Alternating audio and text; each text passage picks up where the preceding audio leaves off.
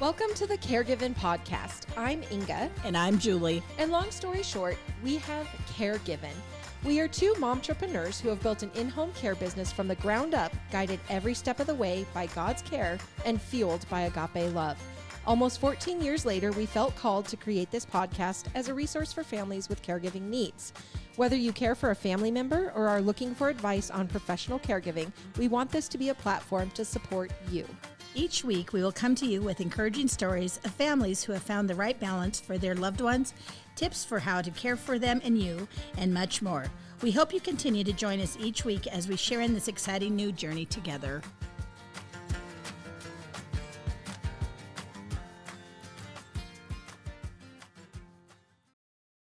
Hello, Sunshines, and hello, Julie. How are you? I am so good. How are you, Inga? I'm so good. I'm so excited. Like, this has been the best 2 weeks. Has this not been the best 2 weeks? It's been a wonderful 2 weeks, yes. Should we tell them why? Yes. Should we tell them what's going on? You go. Do it. Oh, my gosh. So we have been training our first franchisees, James and Michelle, out of Helena, Montana, and you guys are going to get to meet them in a little bit. So lucky you. It's their first podcast experience, and it's a little nerve-wracking, but we'll get through it. Anyway, so what say you, Julie? Well, I got to just go back to Michelle and James for just a second and tell you, we couldn't have lucked out more for people that are our people. Oh my gosh, I know. And like when I was looking for a verse, because I felt like we needed to do the verse this week, I just opened up my Joel Osteen Daily Readings book, and I came across the best one. And I think maybe we should just go into it. Sure. And see if you guys see it the way we see it. So our verse of the week is going to be Hebrews 12, 1-2. And let us run with perseverance the race marked out for us, fixing our eyes on Jesus, the pioneer and perfecter of faith. Now, let me tell you what old Joel had to say about this, and then I'll tell you why I think it's so cool. So if you're experiencing a tough time, stay in the game. If a friend betrayed you, go out and find some new friends. The right people are in your future. If you lost your job, go out and find another job. When one door closes, God will always open another door. If you're fighting a sickness, don't start planning your funeral. Arise. When God sees you do your part, he will do his part. He will give you a new life. He will restore your health, give you new opportunities, new relationships. He will give you a new perspective. How cool is that? Beautiful. It's just exactly what we needed to hear today. Right? Yeah. Because I started thinking about really this franchise journey, and, you know, I guess in September of 2019, right? That's when everything was finalized for us, and we were able to go out and start promoting this opportunity.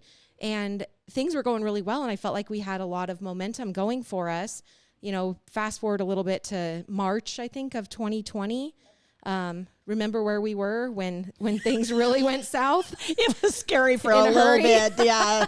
We kind of gave each other that look, and it was like, we got to go. Yeah. So to explain ourselves, Julie and I had actually been asked to present at a Boots to Biz conference on Malmstrom Air Force Base in Great Falls, Montana. And we were there basically just talking about business and sharing a little bit about our story. And it was an exciting conference, essentially set up for people that were going to be discharging, maybe retiring or not renewing with the service, leaving for whatever reason. And they came together in this conference to look at opportunities as they were to go out into, that next phase of life for them. So Julie and I are excited. We get to present, and we always like to learn. So we thought, okay, well, we'll hang out and watch these other presenters and see what we can find out. So what was it, 15, maybe 20 seconds before we're ready to, enter stage and present, we hear in the background, if anyone if they come up with any positive tests of coronavirus or COVID-19 on this Air Force base, it'll be locked down for 28 days. Nobody will be going anywhere. So yeah, that was the look. Yeah. If that didn't, put a little panic in our pants, it was like, we will present, pack our things, say our thank yous, and get the heck out of Dodge, because as much as I love Great Falls, I just didn't want to be locked down on the Air Force Base for 28 days. But yeah, so that kind of, I guess to bring it back, that COVID-19 coronavirus, we had this huge momentum, and then all of a sudden this tragic situation happens. We find ourselves in a pandemic, and that just slowed everything tremendously, right? So basically at that point in time, everybody's just trying to survive, trying to keep business going, trying to keep employees going, trying to keep our clients safe. So it kind of just like laid off for a little while, right? And then what happened? I think it was July 2020. Yep. Enter Ty and Alyssa. Yeah. These wonderful producers. So they show up on our doorstep with a presentation telling us why they should come to work for us. And I mean, it was great. It was really, really good. And I was like, I think you're right, Ty, you should come to work for us. And Alyssa, we have to have her because she's so creative and had been doing a lot of our marketing and design. And that right there sums up God's plan. Oh, absolutely. We had no idea we needed these two in our lives so big.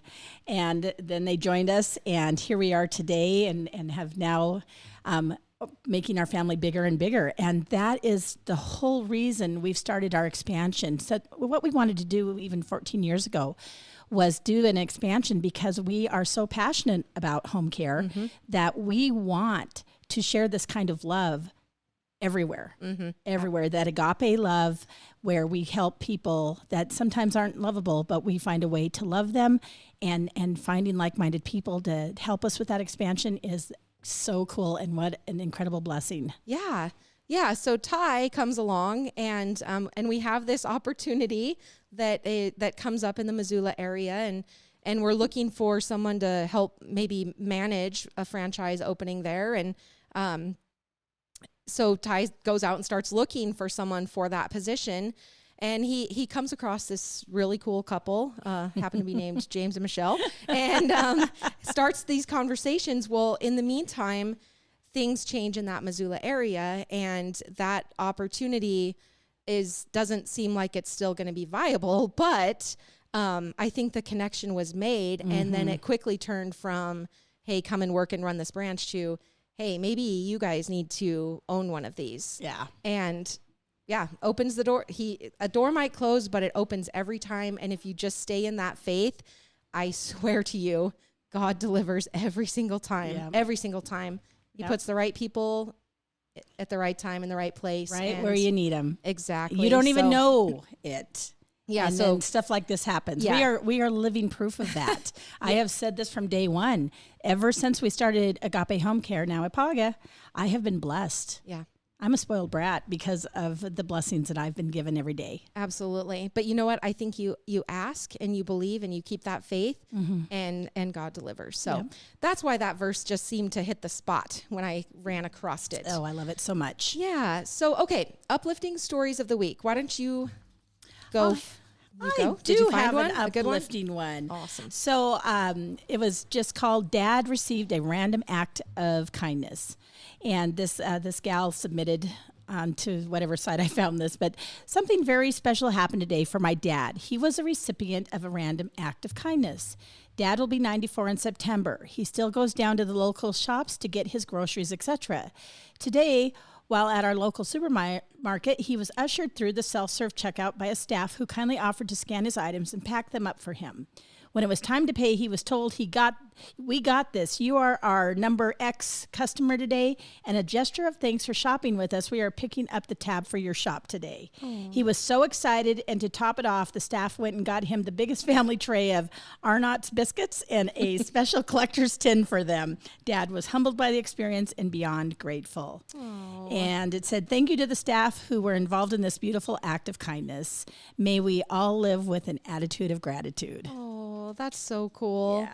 I love that. And that makes me think about, have you ever been in line, like maybe at a drive-through or something, and you pull up and you're ready to pay and you find out that the person in front of you had taken care of your, yeah, I love doing that. And I always hope that, that the next person in line pays it forward and that it just keeps going. Yeah. And that story actually also makes me think of our friend Jason Oltoff out of Great Falls, the cash mob that he does. Oh, wow. Yes. Yeah. Just he will go out. I think it's around Christmas time, gathers together, other business people, and they get a bunch of money together and they go out and they just literally start handing out money. It's insane. Yeah. So I love that type of stuff.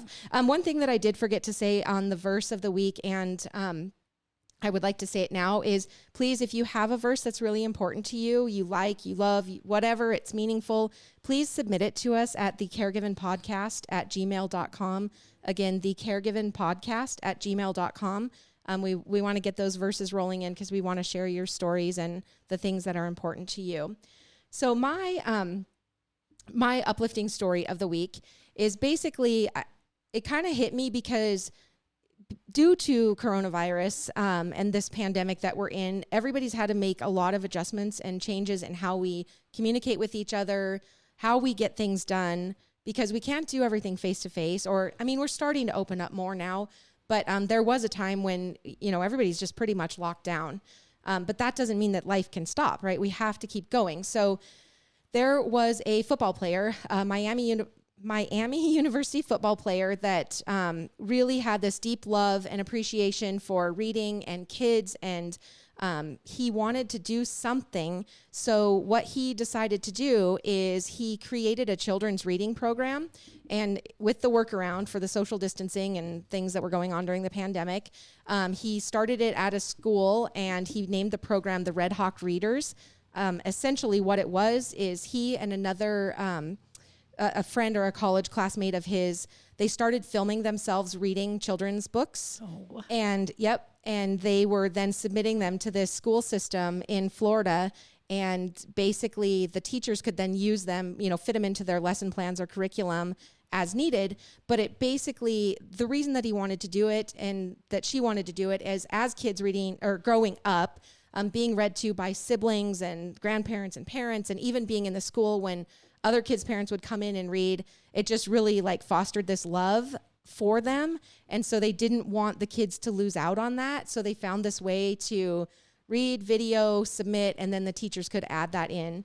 And it's just a little something different, but just, again, trying to keep that love of reading going for these young kids, and a way to do it, outside of that in-person, face-to-face, but still to get that personal feeling and experience. And I guess we have learned that, through Zoom and all of these different communication applications, I guess, or whatever you want to call it, that you really can get a lot done. And we actually are working with a consultant that lives way, way, way, way back east, but we get to see his beautiful face every other week. For 75 minutes, we get to connect via Zoom and brainstorm and come up with different ideas and things and talk about life. And it really feels a lot like he's just sitting here with us. So yeah, just like myself, I am pretty darn sure that a lot of us had to get way more high-techy. Yes. I struggled, and at times I still have that problem. But I'll tell you, when we very first started, one of the hardest Zoom meetings I was ever at was actually at our church. Oh. And Oh. the church people were trying to figure out the Zoom, and it was actually quite hilarious. I just sat there eating my macaroni and cheese and enjoyed the whole show. I can imagine. Yes. Yeah. It's a thing, but thank goodness we have Ty and Alyssa here. Oh, they make me look smart. Yes, they do. They really do. Finally, yes. Somebody. Yeah. You don't give yourself enough credit. I know we tease Julie, but I know. Well, I think that it's probably time that we just get right into it. I'm so excited to get to talk with Michelle and James and get a little bit of history on them and some background, and maybe talk about why they want to do this and why they met this crazy crew and said, hey, we want to be part of that.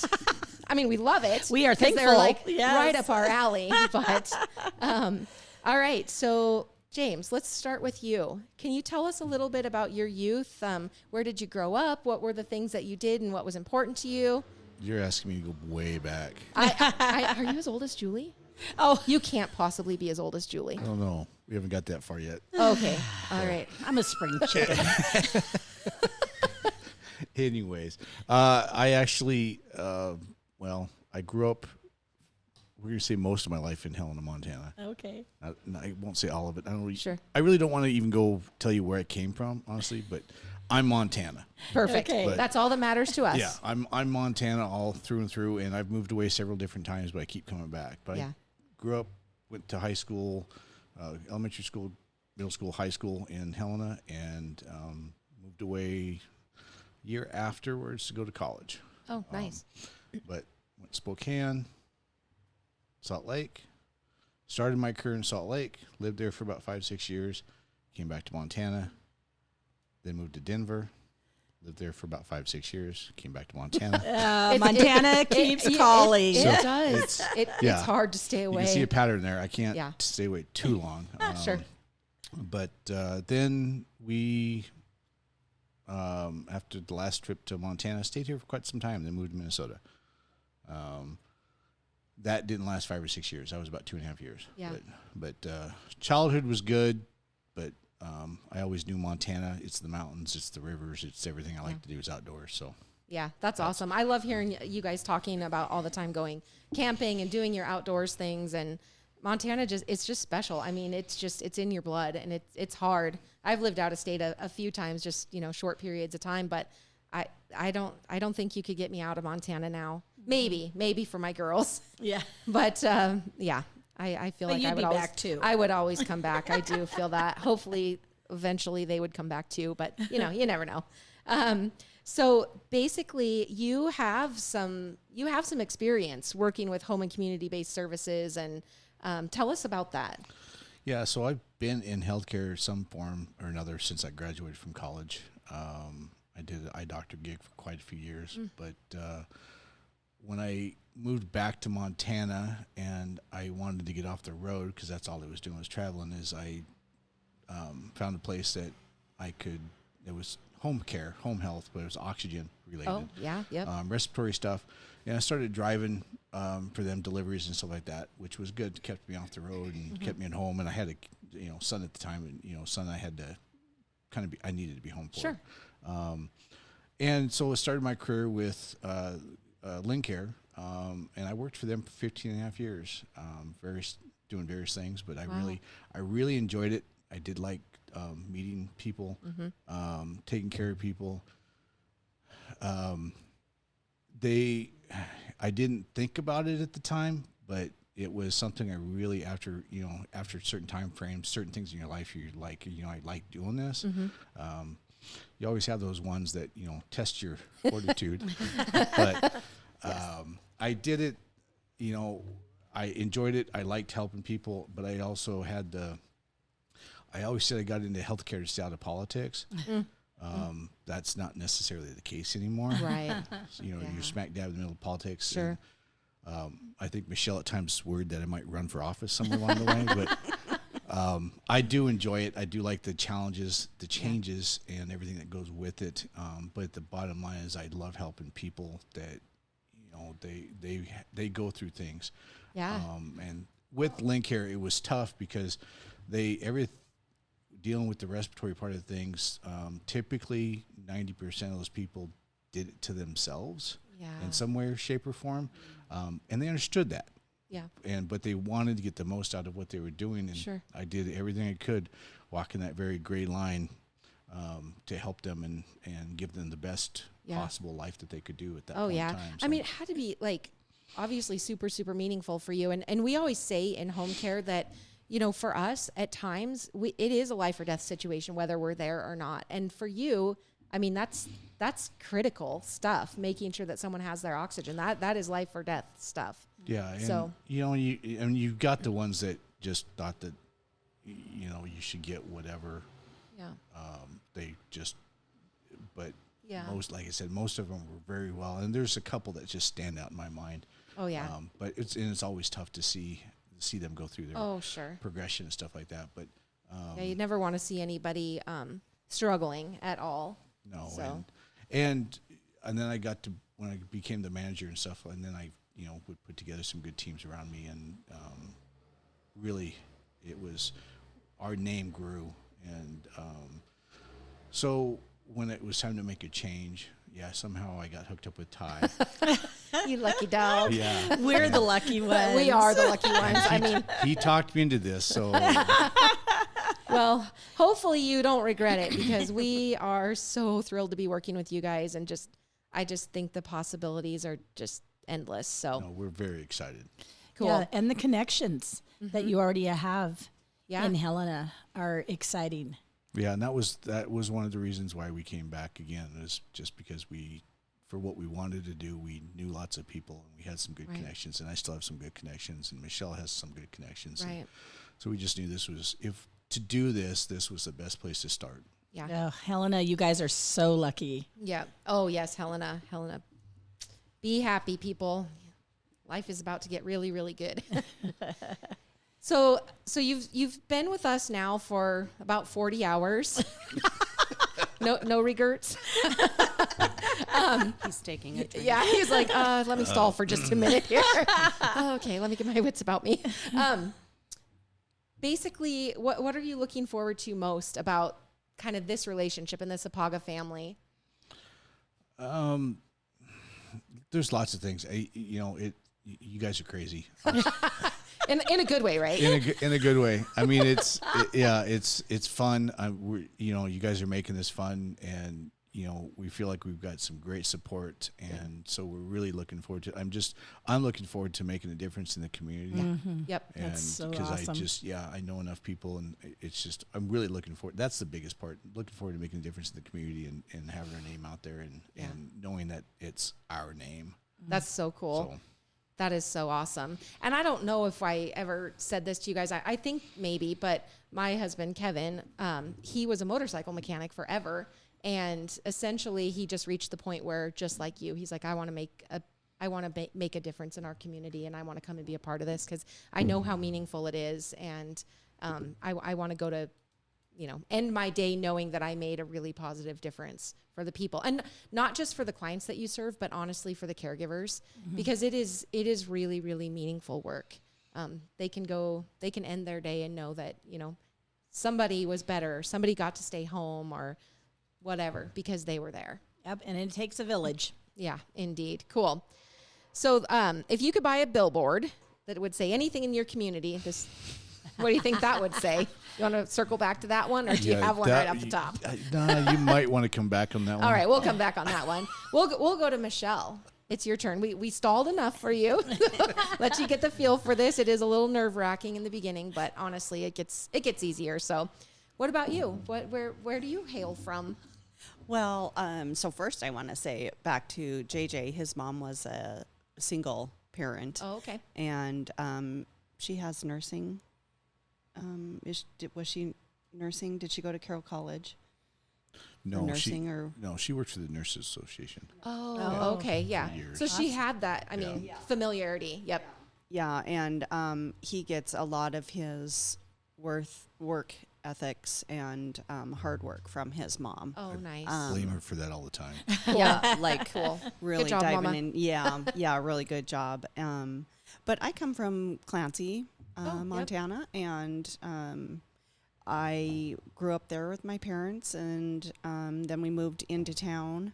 Then, of course, I went through school and everything, and after high school, I moved to California for a couple of years and decided that wasn't for me, so I came home. Yep. And started a family, and so I have 2 kids. I have a stepson, JJ's son, and Just a second. So it's James. Oh, yes. She calls me JJ though, so just so you know. James or Translation. JJ. Does it matter? Like, if you're in trouble, is it James? And Oh, if yes. It's always James. Oh, so actually, when she's calling you JJ, that's a good thing. Yeah, I'm okay. Okay, good. Okay, all right. Good to know. And so we have 3 kids, and my daughter is a person that I really look up to. She's a social worker and going to get her master's right now, and to see her and the need that she wants to change this world has been my biggest eye-opener. If someone younger than me and has the heart, I want to join in on that train. Did we tell you guys about the cry count? Oh, yeah. No, because there's a thing, and it's basically how many times do we cry during the show and who cries first. It's usually me. So that is so cool that your daughter is inspiring you and motivating you. And how awesome is that? Yeah. Good job to you, Mama. Thanks. And so when I was in Clancy, I can remember we would go to the nursing home there and make visits, and we would, put together little blankets or whatever. And I can remember always thinking, I really want this atmosphere because these are all my grandma and grandpas. Oh. Yes. Oh. I volunteered at Brendan House when I was very young too. And it was like some of the best memories. Yeah, really. And to see how much joy they got just to have a little kid come in and, it's and cool. so then I went through some careers that all brought all kinds of aspects to where I'm at today. Sounds like a very familiar story. Yeah. I can remember being in the dental world, and, lots of people are frightened from the dentist. And as you guys are learning about me, I bring humor. And so whenever, somebody's coming in and the parent is being kind of strict about sit down in the chair and, then my humor side comes in and trying to relax them. And I felt like I did a really good job. Yes. Trying to help with that. And then I wanted something else, so I went into the funeral home business, and there's a couple of local funeral homes in Helena, and I absolutely 100% would go back to that or be a part of it somehow, because for me to have, first of all, you're a local in the community, right? So you know all of this community. So when these people are passing away, you actually know them, and you have to put on a different hat. Yeah. And you have to support the family members, and you don't get to, you have to put yourself aside. You don't get to be the feel right person. Well, you have to be professional. And I just have admired that about you, that you've worked in that environment, because it just, you're dealing with someone or people at probably the worst times of their life. And the way that you were able to, bring joy to them in the absolute, darkest worst time times. is like, and that it didn't scare you in any way. No, that I you're absolutely like, loved I it. love this, and I want to be able to be here and help these people through this terrible time.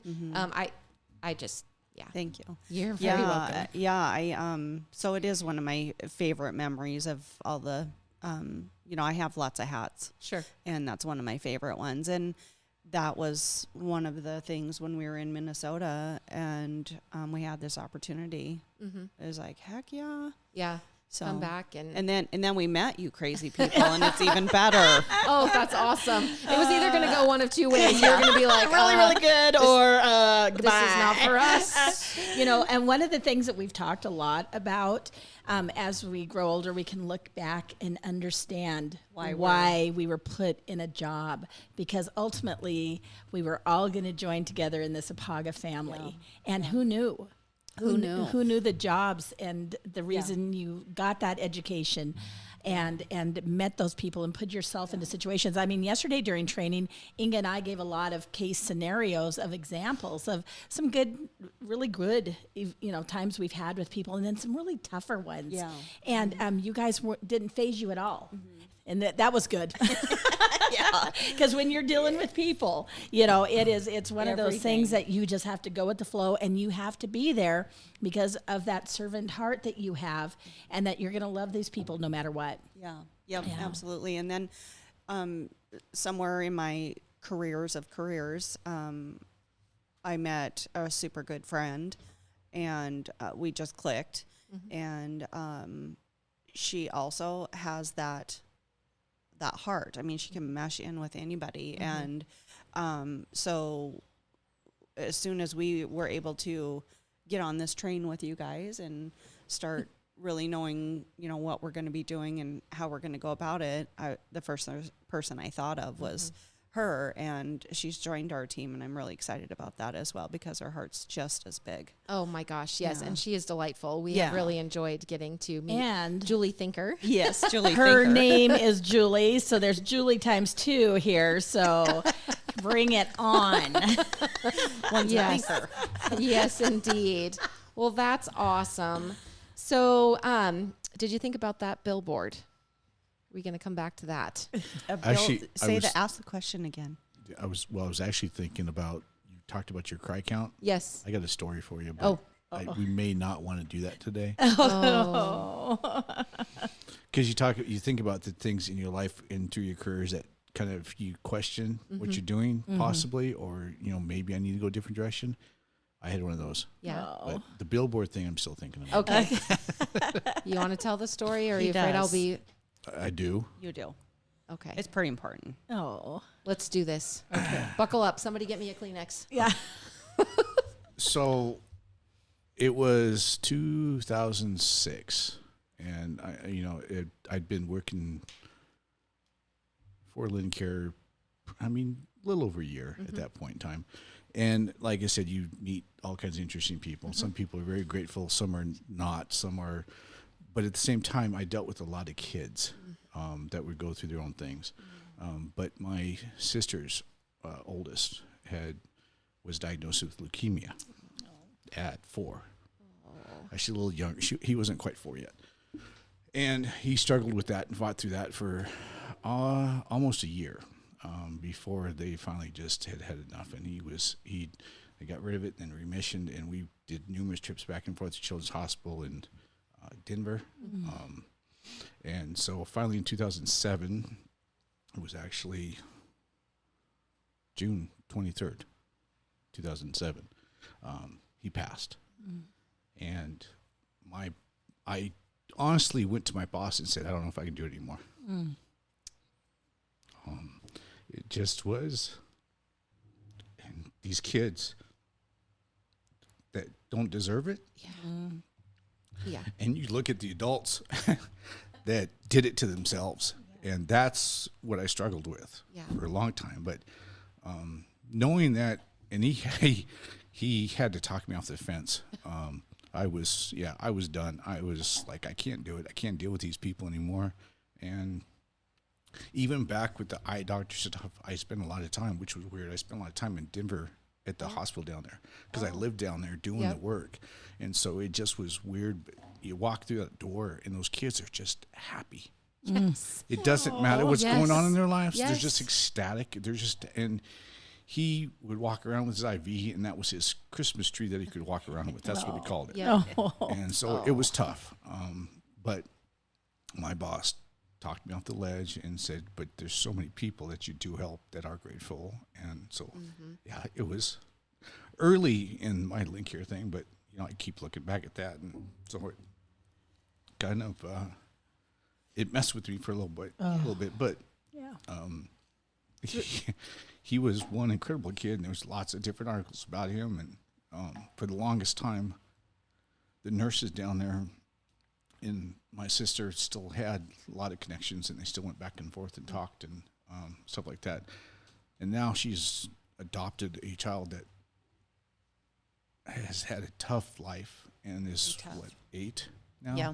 Oh, wow. And Still took has him a out long of way to took go. him out of the system, and he'd been in the system for, I can't even remember, 2 years, 3 years, something like that. And so so she's got the big heart. Oh yeah. And took him on, and they're dealing with a lot. But there was times that really questioned him. But like I said, you look at it, and there's like the story you guys showed us yesterday on the ESPN. Oh yes.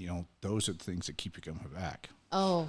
And you think about those nurses and what they do and how they go about it. And it's like, if I can help in some way, and that's how I feel about the funeral home business and now this. And yeah, it's crazy how these things touch us and how people are impacted more. Like you would just not know. You would not know that. Anyone's story. Yeah. You know what I'm saying? Yeah. So we're up to 5 now on the cry count. Yeah. Wait a minute. Let me scan the room. Yeah. The one thing that I do appreciate so very much is as we spend more time with you guys, it is so heartwarming to know that the people of Helena are going to get such empathetic people to serve them. Yes. And because you've been there, you've done that. A lot of the times we're not only taking care of the client, but we're also there as emotional support for the family. Right. And so we have to be able, like you learned, how do you keep it professional? We've had just this past year, my father passed, and I was shocked at my own responses to what was going on. And I thought, geez, I deal with this a lot. But when it's your own, it really hits you and it puts you on the other side of the fence. And you're supposed to learn from every situation that God put you in. And the empathy meter just went up that much higher for people, and not just to assume that, another one, Yeah, right. and you just go with the flow. So having you guys with the background, the similarities are amazing. And it's really funny. Something you don't know is a couple podcasts ago, we actually talked about a very dear friend of ours whose son was just at Denver at that hospital, and he came back okay. Oh, good. Yeah, so we'll have to share that with you another time. Yeah, Nice. that's.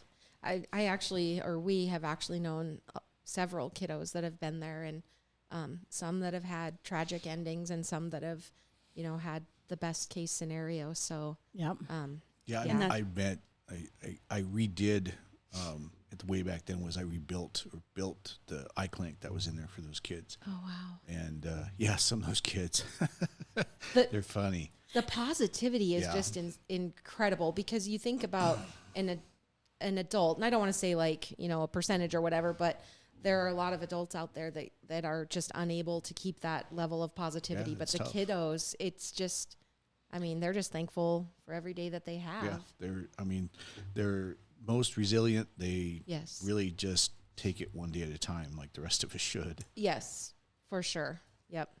Well, that's awesome. I have appreciated talking to you guys about this and learned even more things, even though we've been sitting across this table for a lot of hours. 40.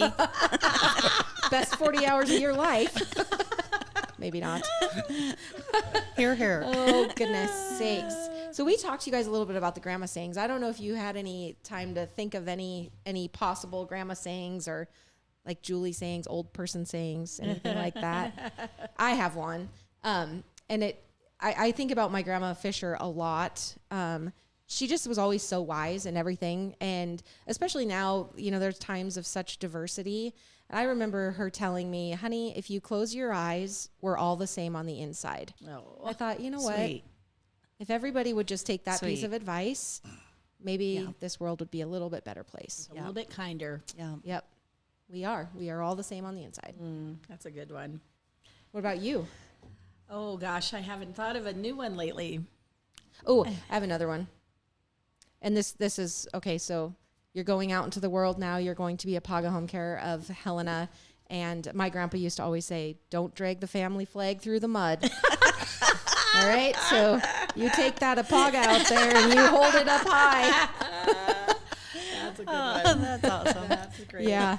No, My I was grandparents. pretty young, so I don't remember any. I have my own quirkiness, but I don't know if you. Yeah, someday somebody's going to be saying your sayings. Yeah. We won't say those things just yet. but- Yeah. Maybe not appropriate on Yeah. this. Well, no, some of them are good. Sometimes she catches me off guard, but Yeah. She is a delight to be around. Yes, I am. You really are. Also suffers from high self-esteem Yeah. like the rest of us. That's a requirement to work here. Yeah. My grandma also gave me a sign to put up in our office that says, you don't have to be crazy to work here. We'll train you. Yeah, So that's very appropriate. I just saw that this morning. Same thing. We're skilled. We're very skilled. I think that's the first thing you said. You guys are crazy. was that the first thing I said? Yeah, one of them. Might be close to it. We'll have to go Yeah. back to the tape and see, Oh, goodness. or computer, however they put this thing together. Yeah, now. it's magic. I just point up to the sky and I'm like, it's up there somewhere. I don't understand where. I don't have any idea how it happens. It just does. We know healthcare. Yeah, exactly. We are very, very good at in-home care, and the rest of it we leave to Ty and The Alyssa. experts. Yes. We did decide, though, that we're experts at home care. Oh, that's because why we can have a podcast. Is it that's why we can, or is it because we're doing a podcast that makes us the experts? I'm not sure. I'm not sure Ty gave you a choice on this. He really didn't. He's kind of like, you're doing this? Good luck. Oh, anyway. Well, if you guys out there have any grandma sayings for us, please submit them to the caregivenpodcast@gmail.com. And go and subscribe, leave us a review. Again, we only like positive reviews. If you have something unkind to say, I am the complaint department and we are closed. Share us with a friend. Go and join our EPAGA Care and Share Facebook group. We really want to try to get that going and open up discussions for people, really just to let you know that you're not alone. And every situation is different, but then again, there are so many similarities with situations that happen in home care. So get in on the discussion. We want to hear from you. Email us at the Caregiven Podcast and the Caregiven Podcast @gmail.com. And I think that's farewell. So peace out, Girl Scouts. Have a super day, and we just welcome our people from Helena, Thank the you. EPAGA Home Care of Helena. Thank you for joining us. Thank you. Thank you.